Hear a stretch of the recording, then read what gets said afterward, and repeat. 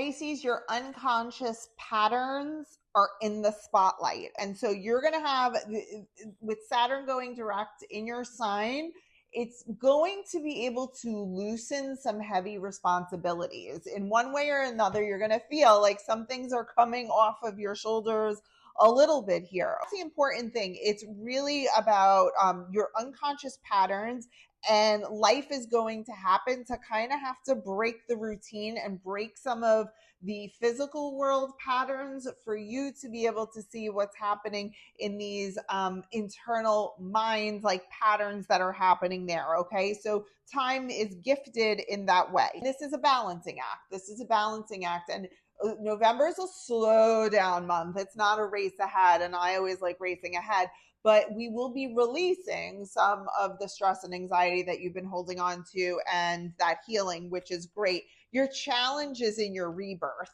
okay? That's always a challenge, especially for me. It's like we resist the transformation that's supposed to be happening. That is the challenge. So as much as you can look at yourself and challenges that are occurring in your life and how you can lean into that to transform you, that's going to be important, looking at yourself within that. The blind spot is, decisions have been made.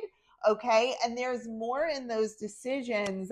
With Mercury retrograde, watch communication. There can be a lot of misunderstandings and things like that, but it also gives you time to reevaluate some things that have just happened. And so allow the reevaluation to happen in some decisions might be going on. You might be revisiting stuff.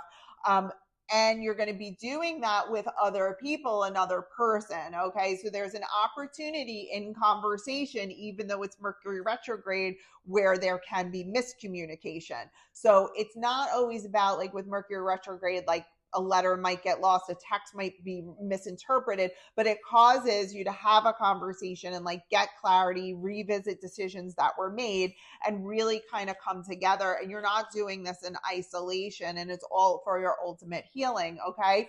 You will have your crown on, Pisces. Okay. So Empress energy is your advice. You want to come with self-worth, and you want to be the queen. The queen is fair.